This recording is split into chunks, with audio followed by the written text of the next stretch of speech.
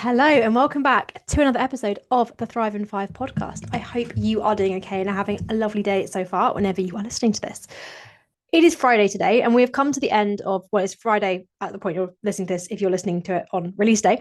And this week we have been talking all about balance. And so I thought I would share a little bit today of some of the things that I have done this week to find some balance because I think sometimes it can be really easy to give you strategies, to give you ideas, to give you things to think about, but sometimes you just want examples of what this might look like and how it might work. So I thought I would share my own kind of approach to it this last week, and within that a little bit about my own journey with it, because I used to really struggle with work-life balance, and to be honest, with having an identity outside of work. Work was a huge part of my life, and I didn't really do much outside of it. I When I first started work, when I graduated, I didn't have a massive friendship group in London. I moved to London with my partner. I moved in with my partner, which maybe affected things a little bit because I wasn't socializing a lot. I was socializing with work people, but that was how I met everybody that I was friends with. And yeah, work kind of became my only real identity. And for a long time, I didn't do a huge amount outside of work beyond trying to lose weight, if I'm honest. Um, for a long time, when I wasn't trying to lose weight, and actually even when I was trying to lose weight in reality, I sought balance through food. I used food as a way to switch off from work. And that was sometimes that was through overeating, and it was through coming home and just eating whatever was in front of me. Sometimes it was through actually really nice food. I've always been a massive foodie, and I will probably talk about this in a future episode. I've always been a massive foodie. I've always loved food, but I would use food as a way of switching off. I would read cookbooks. I would watch food TV shows like Saturday Kitchen or MasterChef. I would cook a lot. We'd go out to eat quite a lot. Food was a massive part of how I switched off. That had a sort of darker side, which was overeating, binge eating in reality.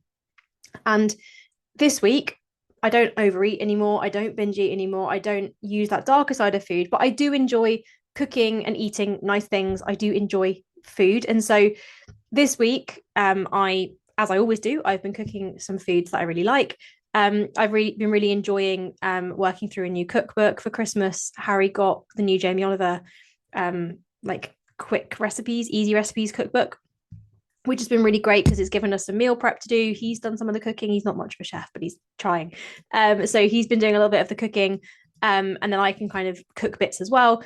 So that's been really, really great. Harry's actually been away for a few days this week, so I've been cooking just for myself, which I quite like because I can sort of experiment a bit more and I can kind of cook how I want to cook when I want to cook. So I've been enjoying doing that. So food is one of the big ways that I've found balance, but in a more positive way to how I've done it before.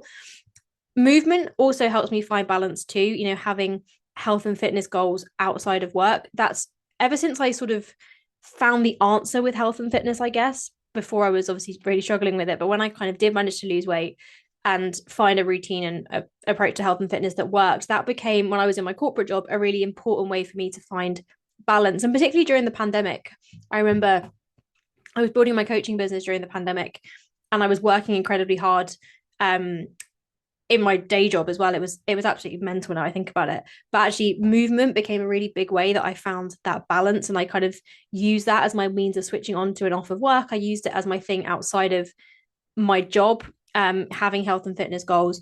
And now it's still a massive part of what I do. It is strange because it's a big part of my job in reality to be fit and healthy. So in many ways, it could feel like a job, but it doesn't.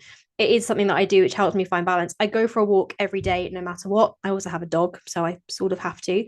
I don't track my steps particularly at the moment because it just doesn't really align with my goals at the moment. I'm not dieting, but I do make sure that I go for a walk every single day. I also try and go to the gym. I do go to the gym twice a week, and I also run twice a week. And so that for me provides me with some balance and some stuff that I do outside of work. I don't have my phone on me, my work messages and stuff on me whilst I'm in the gym, or while I'm running. I listen to music or listen to a podcast and get out and about and just decompress and switch off. Another way, speaking of listening to things, another way that I find balance is music. Music is a massive part of my life now. It always has been. I've always been a very musical person, I guess. I think I mentioned in a previous episode that I played like a ridiculous amount of musical instruments at school. When I graduated and started work, I stopped doing any sort of music. I'd listened to a lot of music, but I didn't play any instruments. I didn't really use my guitar or my piano. I didn't really sing. And I'd done a lot of that at school. I was a church chorister as a kid. I was did a lot of singing and productions and stuff. So when I left my corporate job, something I actually committed to was doing something that was completely unrelated to health and fitness as a hobby. So I started having singing lessons, and I've been doing that now for 3.5 years, maybe. And I love it. It is such an important part of my week. It's half an hour with my singing teacher. It takes up very little of my time. It's in my diary. Like nothing stops me getting there.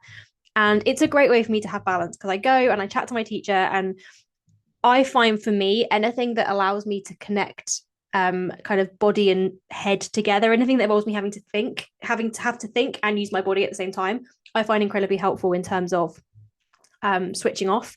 So I find my singing lessons incredibly therapeutic. I do a lot of musical theatre stuff, so it's just fun. I get to perform and make a fool of myself in a little room where no one else gets to hear me apart from my poor singing teacher. And it's so much fun. It gives me such a sense of balance. And music in general provides me a balance. You know, I do, whenever I'm driving in the car, I always make an effort to have some music on and sing along, so that I can just have a little moment for me in my week. Another big part of my balance this week, and in general, is sports. I am really big into watching sports. I'm not a sporty person, despite working in the fitness industry. I've never been good at playing sports. I think school kind of traumatized me a little bit to that, but I love watching sports. The tennis is on at the moment. I'm recording this on the 23rd of January. The tennis is on at the moment. It's the Australian Open, and I'm absolutely loving that. The timing of it's brilliant because I can watch it like first thing in the morning before I start work. I have it on as I make my breakfast. It's just fab. It is so good. It's so entertaining.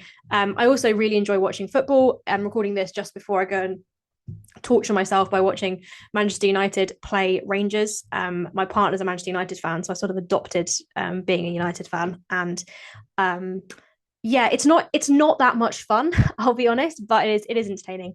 And it does help me switch off. You know, I do not think about work when I'm getting stressed because we just can't seem to play like a team.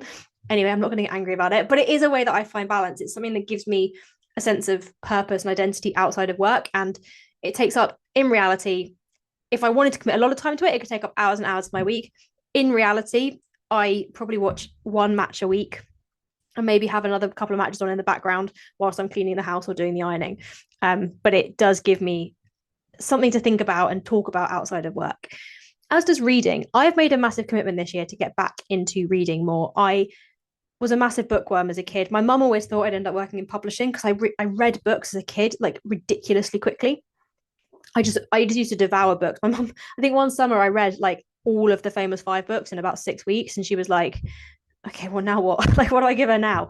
I just love reading, and I always have done. But when I started work, I stopped reading as much because I felt like I didn't have time. I felt like if I was reading a book, I could be using that time to check my email or to like reply to messages. And it's something that a habit that stuck with me. And I kind of fell out of the habit of reading because I was so used to scrolling on my phone. And this year I made a real commitment to get back into reading a bit more. Before, I would only ever read on holiday, really. I've already read 4 books this year. I'm on my 5th. And it doesn't take up a huge amount of time. I literally read for 10 or 15 minutes before I go to bed. And it helps me switch off. It helps me find a bit of something else like to do during my day. It's not scrolling on my phone. It's not screen time. It's something that feels very intentional and very deliberate, and it really helps me to switch off. It also, a part of me always has to justify these things in terms of how they help me for my work. I do think that reading more gives you a greater vocabulary. It makes me better at writing. It makes me better at thinking about things differently. So yeah, I'm loving reading at the moment. I'm currently reading Onyx Storm, the latest of the Fourth Wing books, and it is good. It is good.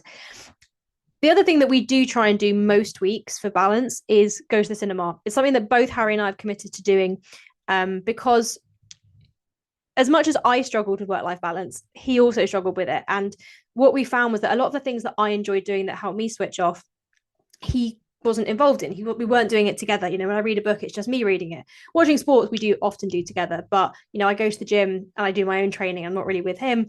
I run, he doesn't run with me. He's not coming for walks with me. Like, we're not often doing stuff together. And so we bought a cinema membership to our local Everyman Cinema for Christmas a few for our birthday, sorry, a few years ago, and we've just renewed it every year since because it means that we basically get to go to the cinema every week for free. We pay for it, but like we don't pay for the tickets every week, and it's brilliant. It forces us to go to see films we wouldn't otherwise see. I saw Nosferatu this week, which was an experience. Um, it also forces me to leave my desk at a particular time. I put it in my calendar. Occasionally things come up and we can't go, and that's okay. But for the most part, we try and commit to doing it every single week or most weeks. We see films we wouldn't otherwise watch. We then talk about them afterwards. It forces us to watch a film without checking our phones or scrolling or going and doing the dishwasher or whatever. It's just very intentional, very deliberate, and it's fantastic. Now, that sounds like a lot. Some of this stuff takes up a bit of time. Things like the cinema, like that is something that takes up, a couple of hours of my week. Some of it doesn't. Some of it is just stuff that I build into my week. So, listening to a football podcast while I'm walking the dog, like that allows me to find some balance and identity outside of work, but I'm also doing something that I'd have to do anyway. I'd have to walk the dog. Sometimes it's something that is so micro that you might not even think about it as balance. Things like cooking my dinner, like that might not seem like something I do that's balanced, but for me, I approach that with intention. I put my work stuff away and I go and cook. I try and be very present and like in the moment and not distracted, or I put something on in the background that forces me to be focused on that.